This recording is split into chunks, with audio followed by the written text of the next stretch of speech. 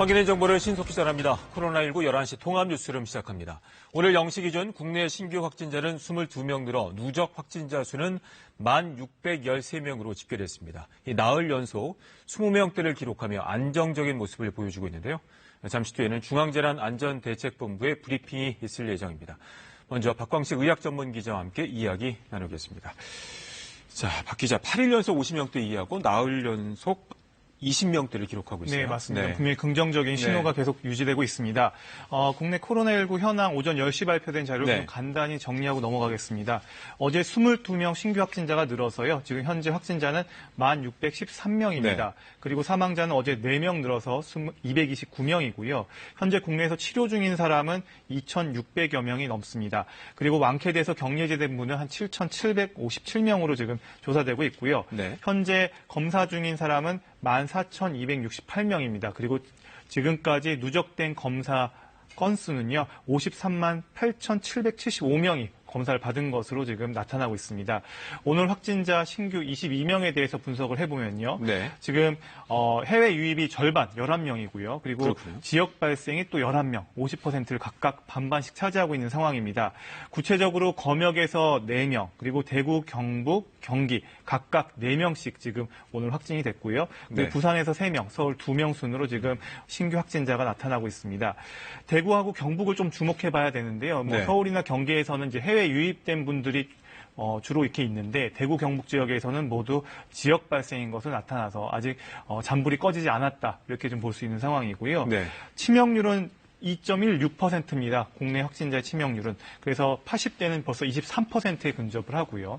그리고 70대에서는 10%를 근접하고 있고 60대는 한 2.5%로 나타나고 있어서 계속 치명률은 올라가고 있는 상황입니다. 자, 중대본 브리핑이 곧 시작될 예정입니다. 현장 직접 가보도록 하겠습니다. 4월 16일 목요일 정례 브리핑을 시작하겠습니다. 오늘 0시 기준으로 코로나19 치료받고 있는 환자분들은 2,627명이고 7,757명이 완치되어 격리 해제되었고 229명이 사망하였습니다.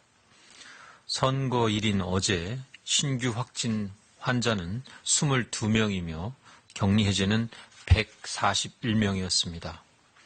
안타깝게도 4분이 사망하셨습니다. 고인들의 명복을 빕니다. 신규 확진 환자 22명 가운데 11건은 국내에서 확진된 사례이고 해외 유입 신규 사례는 총 11건으로 검역 단계에서 확진된 사례가 4건, 지역사회 확진 사례가 7건이며 11명 모두 우리 국민이었습니다. 오늘 아침 국무총리 주재로 열린 중대본 회의에서는 코로나19 의료진 응원 캠페인 추진 계획 등을 보고받고 논의하였습니다. 정세균 국무총리께서는 코로나19의 세계적 대유행 이후 사실상 첫 번째로 치르는 국가 차원의 선거였음에도 국민 여러분들께서 방역수칙을 철저히 지켜주셔서 안전한 선거가 되었음에 감사를 표하셨습니다. 오늘부터 시작되는 2단계 온라인 개학은 지난주 대비해서 4배 이상의 많은 학생이 참여하기에 교육부 등 관계기관에서 철저히 대응해 줄 것과 등교 개학의 시기와 방법에 대해서는 집단 감염이 발생한 싱가포르 등의 사례를 참조하여 신중하게 논의해 줄 것을 당부하셨습니다. 오늘 발표된 신규 확진 환자 수는 22명으로 이번 주 내내 20명대를 유지하고 있습니다. 이는 지난 3월 22일 이후 국민과 방역당국이 함께 만들어낸 강화된 사회적 거리두기의 성과이며 무엇보다 불편함을 감수하고 생활수칙을 잘 지켜주신 국민 여러분들께 깊은 감사를 드립니다. 다만 감염 발생이 확진 환자로 밝혀지는데 발생하는 시차를 고려할 때 이는 지난 4월 5일까지 시행한 1차 강화된 사회적 거리두기의 효과로 볼 수 있습니다. 지금 나타나고 있는 숫자만 보고 자칫 경계를 늦추거나 사회적 거리두기가 해이해지지 않도록 각별히 당부의 말씀을 드립니다. 불필요한 모임이나 만남을 자제하고 사람들 간의 물리적 접촉을 최소화하는 것이 사회적 거리두기의 핵심 수칙이며 우리 가족과 이웃을 지키기 위한 최선의 방역 조치임을 꼭 기억해 주시기 바랍니다.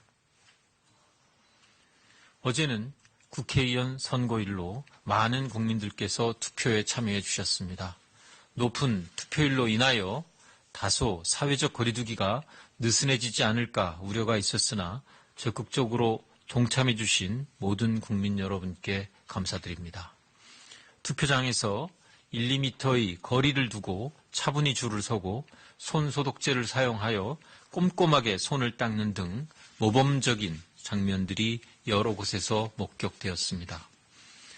또한 자가격리자 가운데 사전투표를 신청하셨던 인원의 81%인 11,151명의 국민들께서도 소중한 한 표를 행사한 것으로 확인되었습니다. 방역당국의 지시에 잘 따라 도보나 자가용을 이용하여 투표소로 이동하고 일반 유권자와 분리된 동선 속에서 참여해 주셨습니다. 세계적인 코로나19 대유행으로 여러 국가에서 선거를 연기하고 있음에도 철저한 방역 지침으로 선거를 준비하고 치를 수 있었던 것은 국민 여러분들의 적극적인 협조와 무엇보다 현장에서 애써주신 투표 사무원들과 지자체 공무원들 덕분이었습니다. 우리나라의 개방되고 투명한 코로나19 대응과 더불어 전 세계 다른 나라들의 모범이 될 만한 또 하나의 좋은 사례로 남게 될 수 있기를 기대합니다. 4월 1일부터 해외 입국자 방역 강화를 시행함에 따라 모든 입국자가 2주간 격리 대상이 되었고 4월 13일부터는 우리나라에 들어오려는 외국인에 대한 입국 제한 조치가 강화되었습니다. 이는 해외 유입을 통한 감염 확산에 대한 국민 우려를 불식시키고 방역 자원의 효율적 활용을 도모하기 위한 조치입니다. 현재 단기 체류 외국인은 하루 300여 명 수준으로 감소하였고 이러한 조치로 코로나19의 해외 유입 가능성을 더 철저하게 방지할 수 있을 것으로 기대합니다. 해외에서 들어오는 외국인들의 입국 절차가 엄격해짐에 따른 경제계나 학계 등의 부작용도 나타날 것이나 우리 국민들의 건강과 안전을 보호하기 위한 조치임을 양해해 주시고 이에 따른 불편을 감내해 주실 것을 당부드립니다. 오늘 중대본 회의에서는 코로나19 의료진 응원 캠페인 추진 계획 등을 보고받고 논의하였습니다. 정부는 코로나19의 최전선에서 애쓰고 계신 의료진들을 응원하기 위해 오늘부터 국민 참여형 캠페인을 추진할 예정입니다. 의료진 덕분에 우리 사회가 코로나19 위기를 함께 극복해 나가고 있다는 뜻을 담아 캠페인명을 덕분에 챌린지라고 이름 지었습니다. 존경과 자부심을 뜻하는 수어 동작을 캠페인을 상징하는 주요 이미지로 삼았으며 누구든지 개인 SNS 계정에 해당 동작을 활용한 사진을 올림으로써 캠페인에 참여할 수 있습니다. 네, 이러한 모양으로 저희가 캠페인에 배지를 제작하고 이러한 내용을 같이 활용해 주시기를 부탁드립니다. 추후 이러한 상징을 배지로도 제작하여 캠페인에 참여하신 국민들과 의료진들에게 증정할 계획입니다. 지금 이 순간에도 코로나19의 진료 현장에서 묵묵히 최선을 다하고 계신 의료인들과 관계자 모든 분들께 다시 한번 진심으로 감사를 드리며 많은 국민 여러분들께서도 다양하고 창의적인 아이디어로 캠페인에 동참하여 아낌없는 성원과 응원을 보내주실 것을 부탁드립니다. 정부는 강화된 사회적 거리두기 실천과 동시에 일상생활 속에서의 감염 예방과 차단 활동을 함께하는 지속 가능한 생활 방역 체계로의 전환을 준비하고 있다고 말씀드렸습니다. 지난 1차 생활방역위원회 회의에 이어서 오늘도 방역, 의학 전문가, 인문사회학계, 시민사회, 정부가 참여하는 생활방역위원회 2차 회의를 개최하고 있습니다. 생활방역위원회에서는 국민의 건강과 생명을 지키기 위한 의학적 필요성과 우리 사회가 받아들일 수 있는 수용 가능성을 두루 살펴 생활 속에서 방역을 실천하기 위한 지침을 논의하고 있습니다. 강화된 사회적 거리두기의 일정과 더불어 이후에 우리 사회가 코로나19에 어떻게 대응해야 하는지 심도 깊은 논의가 이루어질 것입니다. 생활방역 지침은 코로나19와의 기나긴 싸움에서 우리가 함께 실천해야 하는 새로운 생활습관, 새로운 일상의 미래를 만들어가기 위한 것입니다. 다만 생활방역 체계는 지역사회 전파가 대규모 감소하는 경우 가능한 것이므로 현재의 강화된 사회적 거리두기를 보다 철저히 실천해 주실 것을 당부드립니다. 한편 지속 가능한 생활방역의 시행 이전 국민들의 궁금한 점을 해소하고 다양한 제도적 사회적 차원의 제안을 듣고 반영하기 위하여 국민들의 의견 수렴도 진행하고 있습니다. 지난 4월 12일부터 28일까지 온라인 설문조사를 실시하고 있으며 4월 15일 13시 기준으로 5,135명의 국민들께서 참여하여 생활방역 수칙에 대한 다양한 의견들을 제시해 주셨습니다. 국민 의견 수렴은 코로나19 공식 홈페이지, SNS를 통해 대한민국 국민이라면 누구나 참여할 수 있으며 향후 대국민 생활방역 행동 지침을 마련하는 데 적극적으로 반영해 나갈 계획입니다. 날씨가 따뜻해지면서 야외 활동이나 모임을 계획하고 계시는 분들이 계실 것입니다. 그러나 아직은 사회적 거리두기 실천 기간으로 코로나19의 확산을 막기 위해 모두가 노력해야 할 시기입니다. 밀폐된 공간에서 여러 사람이 함께하는 모임이나 활동은 자제해 주시기 바랍니다. 특히 수도권과 일부 지역을 중심으로 지역사회 감염이 다시 나타나고 있어 해당 지역에 계시는 분들이 각별한 주의가 필요합니다. 사회적 거리두기 기간임에도 불구하고 경북 예천군 등에서 확진자들이 식당, 술집, PC방 등 다중이용시설 여러 곳을 방문하였고 이것이 확산되어 지난 4월 9일부터 오늘까지 불과 일주일 사이에 30여 명의 환자가 발생하였습니다. 사회적 거리두기를 소홀히 했을 때 어떠한 일이 일어날 수 있는지를 보여주는 사례입니다. 한 사람이 30명 남짓한 가족과 이웃을 순식간에 감염시키는 이번 사례가 다른 지역에서의 추가적인 지역사회의 감염을 막는 예방주사가 되기를 바랍니다. 우리는 그간의 경험을 통해 우리 국민 개개인이 서로 깊이 연결된 존재이며 재난에 대한 철저한 대비가 필요함을 기억하고 있습니다. 사회적 거리두기와 자가격리 준수는 안전한 나라를 만들기 위한 우리 모두의 책임입니다. 지금까지처럼 국민들께서 우리 가족과 이웃을 위해 방역 당국과 힘을 합쳐 함께 노력해 나간다면 대한민국은 코로나19의 위기를 극복할 수 있습니다. 감사합니다. 네, 지금부터 질의응답. 네, 중앙재난안전대책본부의 브리핑 들으셨습니다. 이어지는 질의응답은 KBS 유튜브 라이브를 통해 보실 수 있습니다. 박광식 의학전문기자와 함께 브리핑 내용 정리해 보도록 하겠습니다.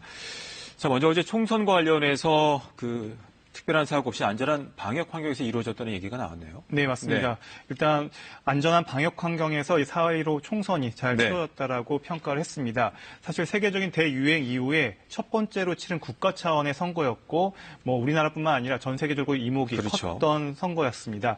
이 선거를 배려와 연대 의식으로, 높은 네. 시민 의식으로 안전한 선거를 가능케 했다면서 이제 국민들에게 감사를 표현했고요. 네. 또 이제 아울러서 자가격리자분들 중에서 한 11,000여 명이 네. 실제로 선거에 투표에 참여했다라는 이런 통계도 중간에 이야기를 했습니다. 알겠습니다. 자, 그리고 이제 중대본 회의에서도 언급이 나왔던 얘기인데 이제 2단계 온라인 개학이 오늘 시작이 되잖아요. 이제 4배 많은 학생들이 이제 참여를 하게 되는데 이 등교 시기와 관련돼서 좀 보수적으로 접근해야 되겠다. 싱가포르를 예를 들었어요. 네, 뭐 이달 말 개학 네. 얘기도 뭐 나오기도 했었는데 일부 언론에서는요. 사실 그거에 대해서도 더 신중하게 보수적으로 접근할 필요가 있다는 네. 의견을 피력한 셈입니다.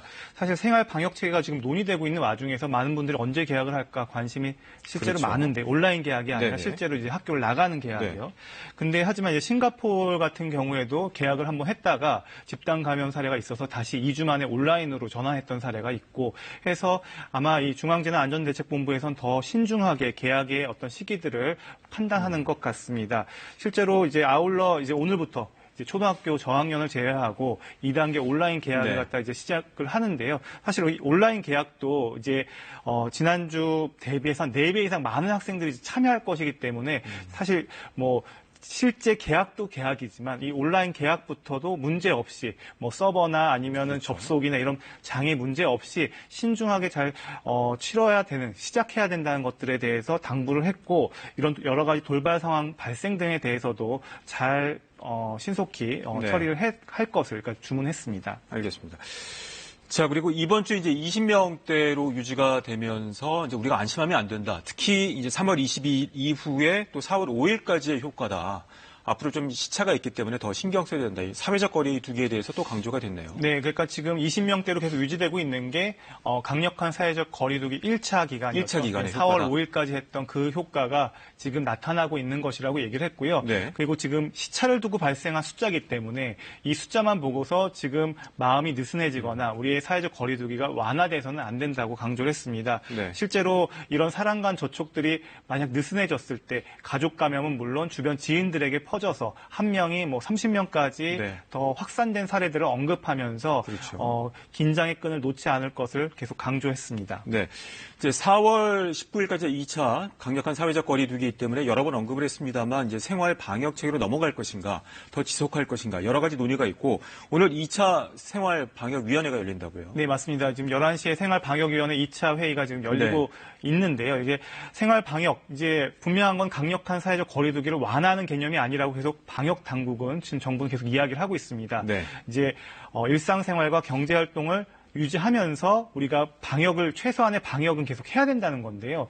계속 그러려면 어떻게 해야 되는지에 대해서 구체적인 안건들, 구체적인 상황에 대해서 어떻게 해야 될지에 대해서 지금 이야기를 하겠다는 겁니다. 네. 예를 들어서 지금 생활 방역에 대해서 한 5가지 정부가 네. 원칙들을 제시하고 있는데요. 일단 기본적으로 얘기하는 것들이 아프면 3, 4일 동안 집에 머물기. 네. 뭐 우리가 많이 얘기를 하고 있는 것들이죠. 그렇죠. 그리고 사람과 사람 사이 2팔 간격으로 건강거리를 두는 것. 그리고 30초 손 씻는 것. 그리고 기침은 옷소매하는 것.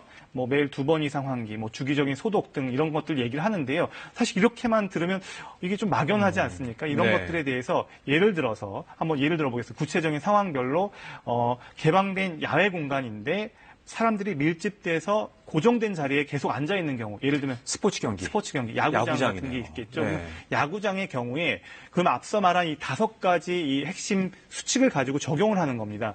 이용자는 어떻게 해야 될 것이며 네. 그리고 관리자는 어떻게 해야 될 것인지에 대해서 구체적인 지침들을 거기에 맞는 실천 사항들을 적는 겁니다.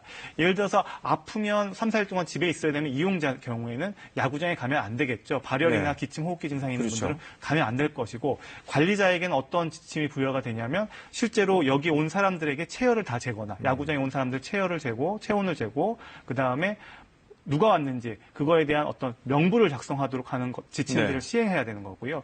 또 예를 들어서 2번째 수칙이 이제 양팔 간격으로 이제 건강 거리를 두기를 네. 한다면 야구장에서는 이용자 같은 경우는 현재 붙어 있는데요. 붙어 있으니까 네. 이제 좌석을 한 칸씩 뛰어앉게 해야 되고 관리자의 경우에는 이 좌석 배치를 갖다가 지그재그로 그리고 마주보지 않게끔 배치를 할 수 있도록 이렇게 규정을 갖다가 이제 마련해야 되는 겁니다. 이런 구체적인 안들이 하나하나 지금 위원회에서 마련 중이고요. 이런 것들이 알겠습니다. 국민 의견들을 수렴받아서 더 보완될 계획으로 알려져 네. 있습니다. 지금까지 5,100여 개의 의견이 왔다고 하니까 또 많은 분들이 의견을 주셔서 또 생활 지침이 상황별로 좀 정해져야 될 것 같고요. 아까 싱가포르 얘기가 나왔는데 오늘 봤더니 하루 최다 440여 명의 신규 확진자가 나와서 우리가 경계의 끈을 놓지 않아야 될 것 같은데 좀 부정적인 신호들, 좀 걱정돼야 될 신호들 좀 살펴보자면 무증상 전파가 있는 거잖아요. 네, 맞습니다. 네. 사실 방역의 가장 어려움이 이 무증상 감염자가 있다는 것이고 네. 이 무증상 감염자가 언제부터 이게 또 다른 사람에게 전파를 전파가 할지 되는지. 이 부분에 대한 것들이 아직 명확히 밝혀져 있지 않기 때문에 방역에 어려움이 있는 것은 지금 사실입니다. 네. 실제로 우리가 초기만 해도요. 1월만 생각해도 우리 코로나19에 대해서 발열이나 기침 증상이 있는 시점부터 그때 만났던 전파한다. 사람들을 접촉자로 분류해서 격리하고 네. 우리가 관리를 했습니다. 근데 이제는 무증상 시기에도 전파 가능성이 있기 때문에 그 증상이 있는 시점보다 이틀 앞서서 그러니까 하루 앞서서도 아니고 이제 이틀 앞서서까지 만났던 사람들을 네. 접촉자로 분류해서 지금 관리하고 있는 상황입니다. 사실 이틀 전에 있는 사람들 접촉자로 분류하긴 하지만 이것도 사실 보수적으로 일단 잡은 어떤 하나의 기준이지, 인위적인 기준이지 네. 아직 과학적으로 감염이 되고 나서 언제부터 우리가 전염시킬 수 있는지에 대한 그런 객관적인 수치는 아직 나오지 않았기 때문에 그렇죠. 이 부분들에 대해서 계속 신경을 쓰고 네. 좀 명확하게 어떤 과학적 근거가 나올 때마다 그 대응 기준이나 이런 것들 좀 더 살펴보고 보완이 필요할 것 같습니다. 알겠습니다. 짧게 질문 한 가지만 더 드리겠습니다. 조심스럽긴 한데 지금 20명대가 유지가 되고 있지 않습니까? 어떻게 좀 전망해 볼 수 있을까요? 네, 지금 계속 20명대가 유지되면 정말 좋을 것 같고요. 이제 이 20명대에서 10명대로 떨어지면 제일 좋을 것 같습니다. 사실 네. 20명도 그 안을 들여다보면은 절반이 해외 유입자입니다. 유입자죠. 그리고 또 절반이 지역사회입니다. 그러니까 국내에서만 보면 지금 벌써 10명대 안팎으로 지금 유지가 되고 있는데요. 근데 이제 분명한 건 사실은 이 바이러스는 정말 과학적이어서 사실 지난주에 우리 사람들 간의 이동이 많았고 접촉이 많았으면 그 여파가 일주일 후에 아니면 2주일 그다음에 후에 성적표를 받게 되는 거예요. 예, 그렇게 네. 받게 되는 겁니다. 그래서 아마 이번 선거나 이런 여러 가지 이동이나 부활절 네. 과거의 행사 이런 것들의 영향이 빠르면 이번 주말부터 나올 것으로 보여서 이번 주말 그리고 다음 주 초중반까지 확진자 숫자가 과연 우리가 이 정도까지 사회적 거리두기에서 선거를 했을 때 아니면 네. 행사를 갖다가 여러 가지 부활절 행사나 이런 했을 때 어느 정도 숫자까지 줄어들지 아니면 더 늘어날지 이 부분들을 좀 주의 깊게 볼 필요가 있습니다. 네, 박 기자 수고했습니다. 네, 다시 한번 확진자 상황 정리해 보겠습니다. 오늘 0시 기준 22명이 늘었는데요. 신규 확진자 수가 나흘째 20명대를 기록하고 있습니다. 국내 코로나19 확진자 현황 이수민 기자가 정리해 드립니다. 코로나19 국내 신규 확진자가 나흘 연속 20명대를 기록했습니다. 중앙방역대책본부는 국내 코로나19 확진자가 어제 하루 22명 늘어 오늘 0시 기준 누적 확진자는 모두 1,613명이라고 밝혔습니다. 전체 누적 확진자 가운데 967명은 해외 유입 사례고 이 가운데 내국인은 91.6%를 차지했습니다. 격리 해제된 사람은 141명이 늘어 7,757명이었고 현재 치료를 받고 있는 사람은 모두 2,627명이었습니다. 또 사망자는 4명이 늘어 229명으로 나타났습니다. 신규 확진자를 지역별로 보면 대구 경북 지역에서 8명, 수도권에서 6명이 증가했습니다. 또 검역 과정에서도 4명이 확인됐습니다. 부산은 3명, 강원에서도 1명이 추가됐고 다른 지역은 추가 확진자가 없었습니다. 서울 지역에서는 오늘 오전 10시 기준으로 코로나19 누적 확진자가 모두 619명이었습니다. 전체 확진자를 발병 원인별로 보면 해외 접촉 관련이 242명으로 가장 많았습니다. 어제 하루 2명의 신규 확진자가 추가로 확인됐는데 그중 1명은 이달 13일 미국에서 입국한 20대 남성입니다. 이 남성은 입국 당시에는 아무런 증세를 보이지 않았지만 입국 직후 선별진료소에서 진단검사를 받은 결과 양성 판정을 받았습니다. KBS 뉴스 이수민입니다. 이번엔 대구 경북 상황 알아보겠습니다. 대구의 코로나19 확진자가 감소세를 이어가고 있습니다. 반면에 경북 예천구를 중심으로 지역사회 확산이 계속되고 있어서 우려를 낳고 있는데요. 대구 취재기자 연결합니다. 자, 이한희 기자 현재 상황 전해주시죠. 네, 오늘 0시 기준 대구의 신규 확진자 수는 4명입니다. 대구는 확진자가 1명도 나오지 않은 지난 10일 이후 여섯째 한 자릿수를 기록하고 있는데요. 대구에서 첫 확진자가 나온 지 이틀 뒤면 2달째가 됩니다. 신규 확진자 수가 한때 하루 700명에 이르렀지만 고강도 방역과 강한 사회적 거리두기로 2달 만에 안정세로 접어들었다는 분석이 나옵니다. 반면 경북 예천이 심상치 않습니다. 경북에선 어제 하루 7명이 신규 확진됐는데 모두 예천에서 나왔습니다. 기존에 확진된 3살 나이의 어머니와 방과 후 교사의 자녀 등이 추가 감염됐습니다. 예천에선 지난 8일 사이에 확진자가 29명 발생한 건데요. 그전까진 6명에 불과했습니다. 모두 한 환자를 중심으로 가족과 직장 동료, 친척 등이 줄줄이 감염되는 양상입니다.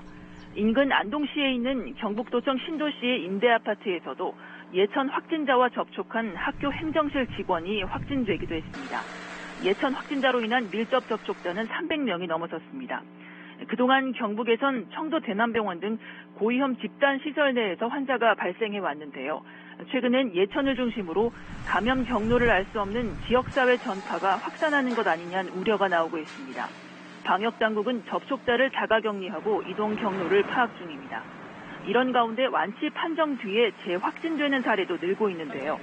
경북 상주에선 지난 2월 말 코로나19에 확진돼 입원 치료 뒤 퇴원했던 5살, 3살 형제가 한 달여 만에 재확진돼 다시 병원으로 옮겨졌습니다. 정확한 재발 경로가 파악되지 않는 재확진 환자가 대구 경북에서 60명을 넘어서면서 방역에 새로운 고비를 맞고 있습니다. 지금까지 대구에서 KBS 뉴스 이한입니다. 정부가 소득 하위 70% 가구에 긴급 재난지원금을 지급하기 위해서 7조 6천억 원 규모의 추경 예산안을 의결했습니다. 특히 재산세 과세 표준 합산액이 9억 원 이상이거나 금융소득이 2천만 원 이상인 고액 자산가는 제외하기로 했습니다. 자세한 내용 장덕수 기자가 전합니다. 정부가 오늘 국무회의를 열고 2차 추경 예산안을 의결했습니다. 7조 6천억 원 규모로 소득 하위 70% 가구에 최대 100만 원의 긴급 재난지원금을 지급하기 위한 예산입니다. 고액 자산가 등을 지급 대상에서 빼기 위한 컷오프 기준도 나왔습니다. 재산세 과세 표준 합산 금액이 9억 원 이상이거나 금융소득이 한 해 2천만 원 이상인 가구는 소득 요건이 해당하더라도 재난지원금 지급 대상에서 제외하기로 했습니다. 추경 재원은 별도 국채 발행 없이 기존 예산 조정과 기금 등을 활용해 마련됩니다. F-35A 전투기 도입과 철도 투자 등 입찰과 계약이 지연된 사업을 조정해 2조 4천억 원을 마련하고 금리와 유가 하락에 따른 국고채 이자, 유류비 절약분에서 5천억 원을 충당할 계획입니다. 공무원 채용을 미루거나 연가 보상비를 줄이는 방식으로도 7천억 원을 조달합니다.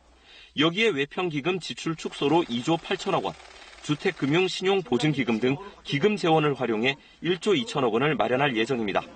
재원 조달과 관련해 정부는 긴급재난지원금 전체 소요 예산 9조 7천억 원 가운데 20%를 자치단체가 보조하도록 한 기본 골격을 유지하기로 했습니다.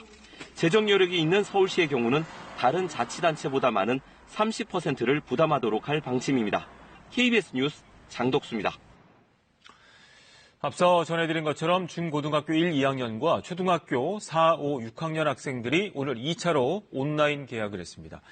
수업과 출석 확인 등도 모두 원격 수업으로 진행이 되는데요.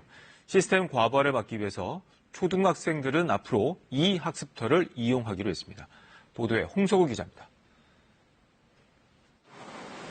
지난 9일 고3과 중3 학생들에 이어 일주일 만인 오늘은 중고등학교 1, 2학년과 초등학교 4, 5, 6학년이 온라인으로 개학했습니다. 오늘부터 수업과 출결석 확인, 일부 평가는 모두 원격 수업으로 진행됩니다. 원격 수업은 교사와 학생이 화상으로 연결해 얼굴을 보며 소통하는 실시간 쌍방향형과 EBS 교육방송이나 교사가 준비한 동영상 강의를 보는 콘텐츠 활용형, 미리 준비된 과제를 풀어보는 과제 수행형 3가지입니다. 원격 수업은 PC나 노트북, 스마트패드, 스마트폰으로 들을 수 있습니다. 교육부는 해당 스마트 기기가 없는 학생 26만 8천여 명에게 대여를 완료했고 나머지 1만 3천여 명에게도 교육청을 통해 대여를 추진 중이라고 밝혔습니다. 교육부는 또 온라인 시스템의 과부하를 막기 위해 교육 플랫폼을 분산하기로 했습니다. 초등학생용 주요 콘텐츠는 오는 20일까지 이 학습터로 이관해 EBS 온라인 클래스 접속 없이도 이용할 수 있습니다. 이미 개설해 운영 중인 초등학교 EBS 온라인 클래스는 계속 사용할 수 있고 개별 URL 주소로도 접속 가능합니다. 몇 차례 접속 오류가 발생한 EBS 온라인 클래스의 안정화를 위해선 접속 단계를 간소화하고 로그인도 학교별로 분산해 접속 지연을 방지하기로 했습니다. 오는 20일에는 마지막으로 초등학교 1, 2, 3학년이 온라인을 통해 계약합니다. 초등학교 저학년은 스마트 기기 대신 EBS TV 방송으로 원격 수업을 진행할 예정입니다. KBS 뉴스 홍석우입니다. 다음 소식입니다. 세월호 참사 6주기인 오늘 세월호 희생자들을 추모하는 행사가 곳곳에서 이어지고 있습니다. 추모식이 열릴 경기 안산시 화랑유원지에 나가 있는 취재기자 연결합니다. 이승재 기자, 오늘 추모식 어떻게 진행되고 있습니까? 네, 오늘 세월호 참사 6주기를 맞이하면서 조금 전인 오전 11시부터 세월호가 출발했던 인천에서 추모식이 거행되고 있습니다. 그 추모식은 인천 세월호 일반인 희생자 추모관 주차장에서 1시간가량 이어집니다. 그리고 조금 뒤인 오후 3시에는 이곳 안산 화랑유원지 제3주차장에서 6주기 기억식이 열리는데요. 행사는 기억, 책임, 약속이라는 주제로 진행될 계획입니다. 기억식에는 피해자 가족분들을 위주로 조촐히 진행될 예정입니다. 코로나19 극복을 위한 사회적 거리두기 동참 차원에서 6주기 기억식을 축소해 개최했기 때문인데요. 이 때문에 기억식은 온라인으로도 중계방송이 이뤄집니다. 그리고 오전에는 세월호 유가족분들이 함께하는 마스크 나눔 행사도 열렸는데요. 오전 7시 반부터 1시간가량 상록수역 등에서 마스크 나눔 행사가 진행됐습니다. 또 곳곳에서 희생학생과 교원을 추모하는 사이렌이 1분간 울렸습니다. 추모 사이렌은 오전 10시 수원 남부청사와 의정부 북부청사에서 동시에 방송됐습니다. 오후 4시 16분부터 1분간은 안산시 단원구청 일대에서 사이렌이 울릴 예정인데요. 경기도는 세월호 희생자들을 추모하는 민방위 경보 사이렌을 울린다고 밝혔습니다. 추모 행사와 별도로 세월호 참사 가족협의회는 희생자와 피해자 모독을 중단해줄 것과 진상규명 방해 의혹을 철저히 수사해달라고 촉구하는 성명을 발표합니다. 한편 4.16 재단은 온라인 기억 공간도 개설해 운영하고 있는데요. 이곳에선 피해자 가족들의 6주기 메시지를 확인하고 각자 추모글을 작성할 수 있습니다. 지금까지 안산시 화랑유원지에서 KBS 뉴스 이승재입니다. 지난 3월 미국 내 소비와 생산 관련 지표가 역대 최악의 수준으로 떨어졌습니다. 코로나19 확산에 따른 경제활동 마비 상황이 최악의 경제 지표로 확인되고 있는데요. 뉴욕 증시와 유럽 증시 일제히 하락했습니다. 뉴욕 김철우 특파원이 전해왔습니다. 미국 상무부는 지난달 소매 판매가 2월에 비해 8.7% 줄었다고 밝혔습니다. 상무부가 관련 통계를 집계한 1992년 이후 역대 최대 규모의 감소입니다. 재택근무와 자택 대피령 등으로 미국 경제가 이른바 셧다운되면서 미국 실물 경제의 3분의 1을 차지하는 소비 부문이 크게 위축된 것으로 풀이됩니다. 미국의 산업 생산도 급감했습니다. 미 연준은 지난달 산업 생산이 2월에 비해 5.4% 감소했다고 발표했습니다. 74년 만에 가장 큰 폭의 하락입니다. 미국 산업 생산에서 4분의 3 이상을 차지하는 제조업 생산은 6.3%나 감소했습니다. 대규모 실업에 이어 소비와 생산이 연쇄적으로 악화되고 있는 상황. 코로나19 사태를 진정시키고 소비 심리를 얼마나 빨리 살리느냐에 미국 경제의 향배가 달려 있습니다. JP모건과 골드만삭스 등 글로벌 투자은행들은 2분기까지 미국 경제가 최악을 기록한 뒤 3분기부터 급반등할 것으로 전망했습니다. 세계 경제가 1930년대 대공황 이래 최악의 침체라고 진단했던 IMF는 각국 정부가 더 많은 재정부양책을 사용해야 한다고 강조했습니다. Elevated debt levels, bankruptcies, unemployment, rising inequality, and make sure that we put measures in place now to protect against those challenges. 코로나 사태에 따른 경제 충격이 최악의 경제 지표로 계속 나타나면서 뉴욕 증시와 유럽 증시는 일제히 하락했습니다. 뉴욕에서 KBS 뉴스 김철우입니다. 트럼프 미 대통령이 세계보건기구 WHO에 대한 자금 지원 중단을 선언했는데요. 이에 국제사회 비판이 잇따르고 있습니다. 당장 세계보건기구의 질병 대응 사업에는 비상이 걸렸습니다. 유광석 특파원이 보도합니다. 유럽연합 그리고 유럽의 두 축인 독일과 프랑스는 미국의 자금 중단에 합당한 이유가 없다고 비판했습니다. 호세프 보렐 유럽연합 외교안보대표는 WHO의 역할이 이전보다 필요한 시점이라며 미국의 행동을 정당화할 수 있는 이유가 없다고 지적했습니다. 독일과 프랑스 정부도 미국의 결정에 유감을 표시하고 WHO가 제 역할을 할 수 있도록 다시 정상적인 상태로 돌아오기를 희망한다고 밝혔습니다. 안토니우 구테우스 유엔 사무총장은 지금은 국제사회가 연대해 협력해야 할 때라고 강조했습니다. 트럼프 대통령이 자금 중단의 이유로 지목한 중국 편향성의 당사국인 중국도 미국에 대해 WHO에 대한 의무를 다하라고 촉구했고 러시아도 미국이 이기적이라고 비판했습니다. 거브로여수스 WHO 사무총장은 미국 결정에 유감을 표하면서도 미국은 오랫동안 후한 친구였고 앞으로도 그러길 바란다는 기대를 밝혔습니다. 그러면서 당면한 재정 부족을 채우고 중단 없이 업무를 계속하기 위해 파트너와 협력할 것이라고 말했습니다. This is a time for all of us to be united in our common struggle against a common threat. A dangerous enemy. 한 해 4억 달러가 넘는 미국의 기여금이 끊길 상황이 되면서 WHO의 사업에는 비상이 걸렸습니다. WHO는 코로나19하고만 싸우는 게 아니라며 소아마비, 홍역, 말라리아 등 많은 질병을 해결하기 위해 노력하고 있다고 밝혔습니다. 베를린에서 KBS 뉴스 유광석입니다.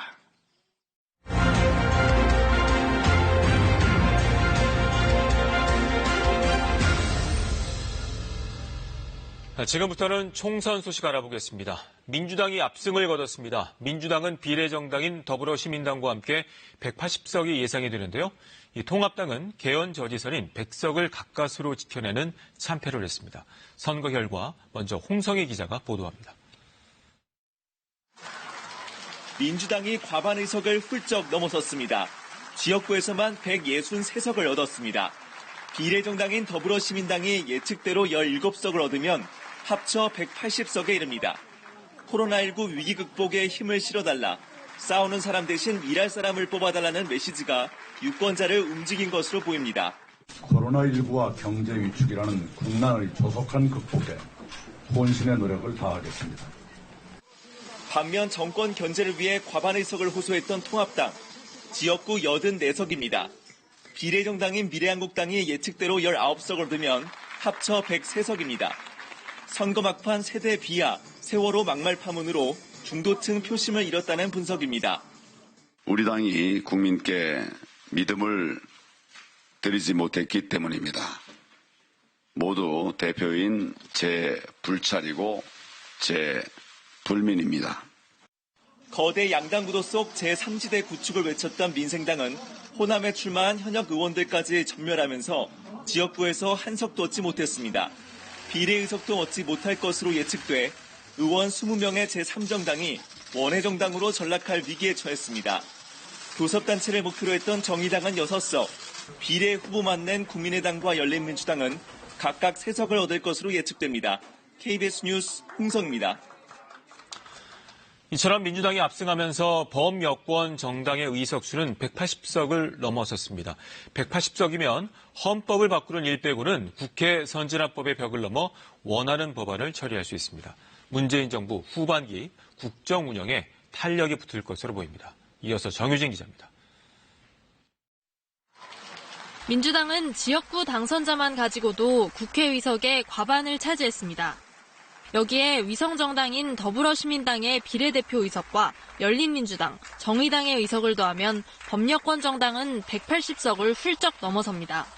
저희를 믿고 이렇게 지지해 주신 국민 여러분께 다시 한번 깊은 감사의 말씀을 드리며 국회 전체 의석의 60%에 해당하는 180석이면 국회 선진화법의 제약을 뛰어넘어 개헌을 빼고는 원하는 법안을 모두 통과시킬 수 있습니다. 야당이 법안 처리를 막기 위해 무제한 토론을 벌일 때도 이를 합법적으로 저지할 수 있습니다. 대선과 지방선거에 이어 총선까지 승리하면서 민주당은 국정 운영에 강력한 주도권을 쥐게 됐습니다. 민주당은 무거운 책임감을 느낀다고 밝혔습니다. 코로나와의 전쟁, 경제 위기의 대응 이런 부분들에 대해서 저희가 할 수 있는 혼신의 힘을 다하는 것이 국민의 뜻에 부합하는 일이라. 21대 국회가 5월 말 문을 열면 민주당은 공수처 출범과 검찰개혁 등의 속도를 낼 것으로 전망됩니다. 또 국회 지원 속에 문재인 정부의 후반기 국정 운영에도 탄력이 붙을 것으로 예상됩니다. KBS 뉴스 정유진입니다. 미래통합당은 개헌 저지선만 간신히 지키는 이른바 역대급 참패를 당했습니다. 김종인 선대위원장은 야당도 변화하라는 국민의 명령으로 받아들이겠다고 말했는데요. 황교안 대표 사퇴에 이어 지도부 총사퇴 그리고 비대위 전환 등 거센 후폭풍이 몰아칠 전망입니다. 보도에 오규정 기자입니다. 개헌 저지선 100석도 간신히 지켰습니다. 말 그대로 역대급 참패였습니다. 김종인 총괄 선대위원장은 오늘 기자회견을 열고 이번 총선 결과에 대한 아쉬움을 드러냈습니다. 국민 여러분의 지지를 얻기에 통합당의 변화가 모자랐다는 걸 인정합니다. 지지해달라고 요청한 것 매우 송구스럽게 생각합니다. 이어 야당도 변화하라는 국민의 명령으로 받아들이겠다는 소회도 전했습니다. 출구조사 결과가 나오고 5시간 만에 황교안 대표는 대표직 사퇴를 전격 선언했습니다. 총선 결과에 대해 책임을 지고 모든 당직을 내려놓겠습니다. 국가와 국민을 위해 저의 역할이 무엇인지 성찰하도록 하겠습니다.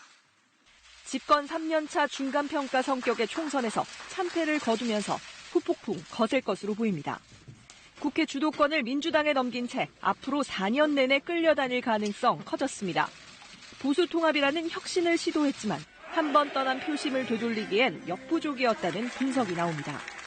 역시 몇 가지 사건들이 이 정당이 옛날 그 정당이다라고 하는 이미지를 줬다는 게 표의 확장성을 가로막은 것 아닌가 하는 생각. 당장 지도부 총사퇴와 비대위 체제 전환이 예상되는 가운데 조기 전당대회 개최 등 쇄신론이 터져나올 것으로 보입니다. 불출마한 유승민 의원과 무소속으로 당선된 홍준표, 김태호 당선인의 거취가 향후 쇄신 과정의 변수가 될 전망입니다. KBS 뉴스 오규정입니다. 지역구 의석의 절반에 가까운 121석이 걸려있는 수도권 민심이 민주당의 100석 넘게 몰아주면서 이 총선 판도를 판가름했습니다. 미래통합당 서울의 강남권 당선에 그쳤습니다. 강나루 기자입니다. 49석의 서울, 민주당은 41석을 휩쓸었습니다. 대부분 선거구에서 민주당은 10%포인트 넘는 격차로 통합당 후보들을 따돌렸습니다. 우리 문재인 대통령의 코로나 위기 극복에 대해서 많은 국민들이 힘을 실어주신 결과라고 보고요. 통합당은 서울에서 강남 3구와 용산에서만 당선됐습니다. 미래통합당의 혁신과 통합을 위해 백의종군하겠습니다. 그리고 구로 발전을 위해 최선의 노력을 경주하겠습니다. 전국에서 의석이 가장 많은 경기도도 민주당이 압도했습니다. 59석 중에 통합당은 강남 생활권인 분당갑을 비롯 7석만 당선됐습니다. 보수의 변화와 혁신 그리고 품격이 있는 보수의 귀환을 제 가슴속에 담고 앞으로 4년 동안 열심히 뛰겠습니다. 정의당 심상정 대표의 고향 갑을 빼고 경기도의 나머지 51석은 모조리 민주당 차지가 됐습니다. 20대 총선 때보다 10석 넘게 늘었습니다. 4년 전엔 양당 의석이 비슷했던 인천에서도 13석 가운데 민주당이 11석을 차지했습니다.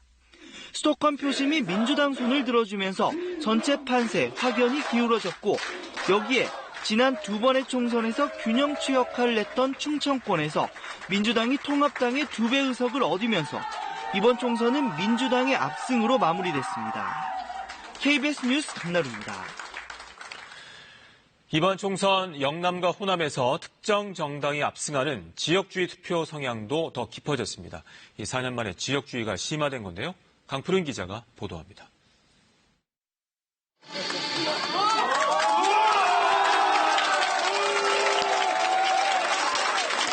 20대 총선의 이변을 상징했던 민주당 김부겸 의원, 이번엔 웃지 못했습니다.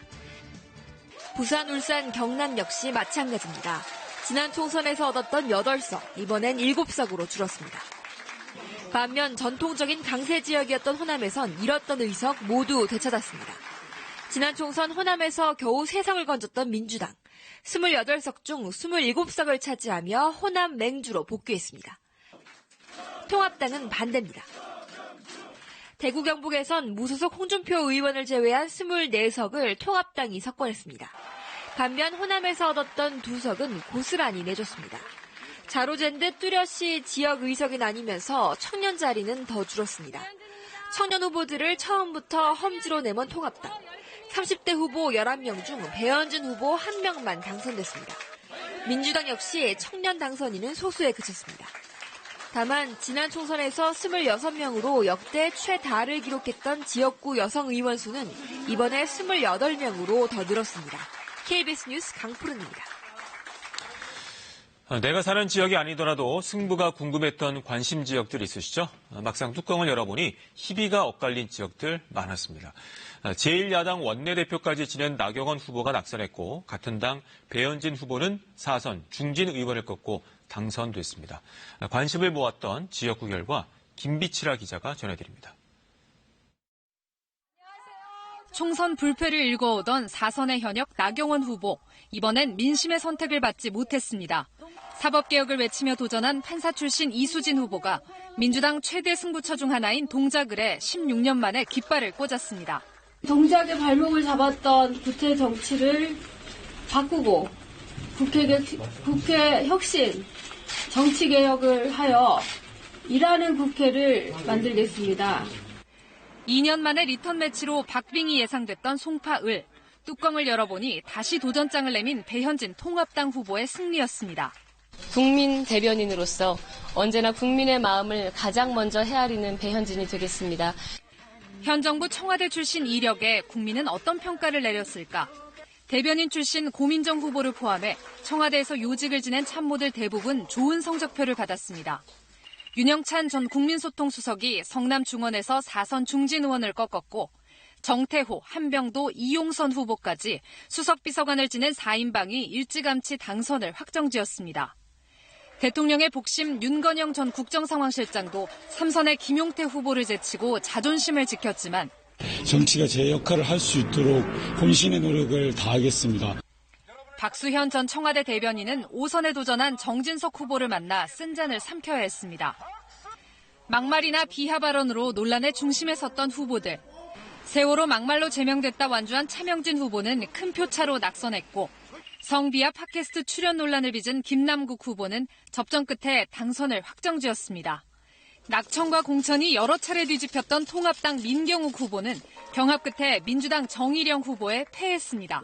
KBS 뉴스 김비치라입니다. 이번 총선 개표 과정에선 초박빙 접전을 보이는 곳이 많았습니다. 밤새 엎치락 뒤치락하며 손에 땀을 쥐는 승부가 곳곳에서 이어졌는데요. 이 소식은 김지선 기자가 보도합니다. 전직 청와대 대변인과 전직 서울시장의 대결로 초반부터 큰 주목을 받았던 서울 광진을 초박빙이었습니다. 민주당 고민정 후보가 초반에 치고 나왔지만 더민주 고민정 후보 55.8%로 현재 1위를 달리고 있습니다. 통합당 오세훈 후보와의 표 차이가 불과 1000표 안팎을 넘나들며 고 후보가 승리를 확정할 때까지 팽팽한 긴장감이 계속됐습니다. 고민정 후보와 오세훈 후보의 승부 아직도 알 수 없습니다. 부산 남구을은 개표 초반 민주당 박재호 후보가 앞서다가 자정을 넘어 통합당 이현주 후보가 뒤집었습니다. 그러나 이후 박 후보가 이를 다시 뒤집고 승리를 확정지었습니다. 아시는 분들이 여러 사람들한테 연락을 많이 해주셔서 겨우 초접전에 겨우 당선이 된 것 같습니다. 인천 연수을도 끝까지 승부를 알 수 없었습니다. 민주당 정일영, 통합당 민경욱 후보가 엎치락 뒤치락하다 새벽 4시가 넘어서야 당선자가 가려졌습니다. 문 대통령 사저가 있는 경남 양산을 개표가 진행되는 동안 대부분 민주당 김두관 후보가 통합당 나동현 후보를 근소한 차이로 앞서 나갔지만 개표율 91%를 넘어선 뒤에도 표 차이는 단 355표에 불과했습니다. 경남 양산을도 초접전 양상인데요. 피말리는 승부, 결국 김 후보 승리로 끝났습니다. KBS 뉴스 김지선입니다. 이번 총선 비례대표 당선인도 윤곽이 드러났습니다. 미래한국당 19석, 더불어시민당 17석, 정의당 5석, 국민의당과 열린민주당이 각각 3석을 얻을 것으로 보입니다. 노윤정 기자입니다. 디시전 K가 예상한 비례대표 의석수입니다. 미래한국당이 가장 많은 19석, 더불어시민당은 이보다 2석 적은 17석을 갖고 갈 것으로 봤습니다. 정의당은 5석, 국민의당과 열린민주당은 각각 3석을 얻을 것으로 내다봤습니다. 나머지 정당은 비례대표 의석을 확보하지 못한다는 게 디시전 K 예상입니다. 이럴 경우 미래한국당에서는 19번 허은하 후보까지, 더불어시민당은 17번 양경숙 후보까지 당선권에 들게 됩니다.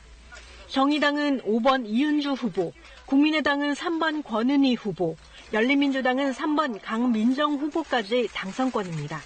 정확한 의석수와 당선인 면면은 빠르면 오늘 오전, 늦으면 오후가 돼야 확정될 것으로 보입니다. 준연동형 비례제 도입으로 개표가 마무리되고 각 정당의 지역구 당선인 수가 확정돼야 비례대표 의석을 계산할 수 있기 때문입니다. 선관위는 비례대표 당선인을 확정하는 회의를 오후 5시에 소집할 예정입니다. KBS 뉴스 노윤정입니다. 이번 선거 결과를 보면 양당 구도로 회귀한 모습입니다. 소수 정당의 국회 진출을 보장한다는 제도, 연동형 비례제가 새롭게 도입이 됐지만 이 거대 정당이 위성 정당을 만들면서 취지가 무색해졌습니다. 조지현 기자입니다. 마지막까지 거대 양당 견제를 외치며 제3지대를 자처했던 소수 정당들. 우리 제3당 민생당이 나서서 교섭단체 만들어 주셔야 합니다, 여러분. 국민의당이 이겨야 싸움만 하는 정치를 바꾸고. 하지만 결과는 참혹했습니다. 민생당은 지지 기반이었던 호남을 비롯해 전국의 지역구에서 단 한 석도 얻지 못했습니다. 투표용지에 제일 윗칸에 이름을 올렸지만 비례대표 의석을 배정받는 기준인 득표율 3%도 넘지 못했습니다. 원내 제3당, 교섭단체에서 원외 정당으로 몰락하게 됐습니다. 앞으로 우리나라 정치가 또다시 거대 양당의 싸움판 정치로. 정의당은 지역구에서 단 한 석, 비례의석을 다 합쳐도 6석입니다. 연동형 비례대표제가 도입될 때 가장 큰 혜택을 볼 것으로 전망됐지만 겨우 현상 유지에 그쳤습니다. 뜨거운 성원과 애정어린 질책 모두 가슴속 깊이 담겠습니다. 지역구 후보를 내지 않고 비례대표 선거에만 집중한 국민의당도 3석에 그쳤습니다. 국민들의 뜻에 따라서 일하는 정치, 그리고 삶의 문제를 해결하는 정치. 소수 정당들은 거대 양당의 경쟁 속에 독자 생존의 길을 택했지만 지역구의 문턱과 비례 위성 정당을 뛰어넘지 못했고 21대 국회는 양당제로 돌아갔습니다. KBS 뉴스 조지현입니다. 이번 총선은 2년 뒤 치러질 대선 무대를 가늠케 하는 선거이기도 했습니다. 민주당 이낙연 선대위원장은 본인의 당선은 물론 당의 승리를 이끌며 유력 대선 주자의 입지를 굳혔는데요. 반면 황교안 대표를 비롯한 야권 주자들은 타격을 받았습니다. 이 잠룡들의 총선 성적표 장혁진 기자가 정리했습니다. 3명의 대통령을 배출한 서울 종로에서 낙승을 거두며 이낙연 민주당 선대위원장의 대선 가도에는 청신호가 켜졌습니다. 부족한 저에게 국회의원의 일을 맡겨주신 종로 구민께 감사드립니다. 전국을 오가며 민주당 후보 지원 유세를 펼쳤고 이들이 대거 국회에 진출하면서 그간 당내 기반이 약하다는 약점도 극복했습니다. 내친 김에 전당대회에서 당대표에 도전해 당내 선도 자리를 굳히는 시나리오도 검토하고 있습니다. 험지에서 당선된 이광재, 김두관 전 지사도 대권 후보를 넘볼 수 있고 김부겸 후보는 비록 낙선됐지만 전당대회를 통해 중앙무대에 뛰어들 수 있습니다. 박원순 서울시장도 측근들이 대거 국회에 진출해 대선 발판을 닦았습니다. 반면 야권은 대표 선두주자들이 타격을 받았습니다. 리더십에 큰 상처를 입은 미래통합당 황교안 대표는 당분간 정치 일선에 나서기는 어려울 것으로 보입니다. 헌신적으로 함께해 주신 여러분께 다시 한번 감사의 말씀. 통합당 후보로 정치 신인에게 패배한 오세훈 전 서울시장도 또다시 정치 공백기를 거칠 것으로 예상됩니다.